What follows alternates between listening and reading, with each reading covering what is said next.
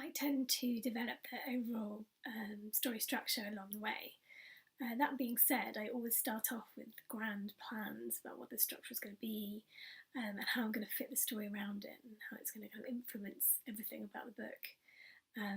But usually, quite early, the book takes over and the structure sort of disintegrates or changes into an entirely different structure. So for Elizabeth's Missing, I meant to have almost all present day story, a few flashbacks to explain things, but to keep it very, very simple. And it became apparent very quickly that actually there needed to be a lot more flashbacks, and in the end, it became a novel of kind of alternating stories, alternating scenes. So the present day narrative, although still very important, had not so much weight in a way.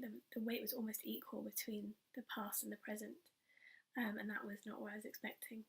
And for my second novel, I've ended up with a kind of collection of short titled sections, very short in some cases, and that wasn't a plan at all.